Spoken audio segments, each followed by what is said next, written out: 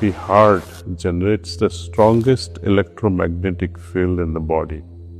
When thousands or millions of hearts come together, it creates a subtle field of harmony. I invite each one of you to turn inward and meditate together for the peace and well-being of our world.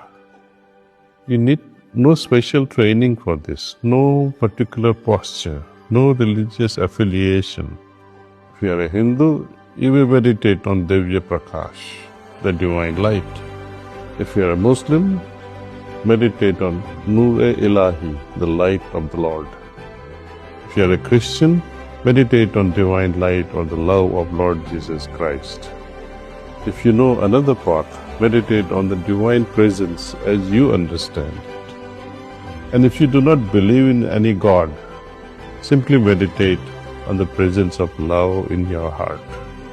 To make it easier, you will be guided through the meditation on YouTube. Your intention carries tremendous power. When humanity unites in love, miracles are not only possible, they are inevitable.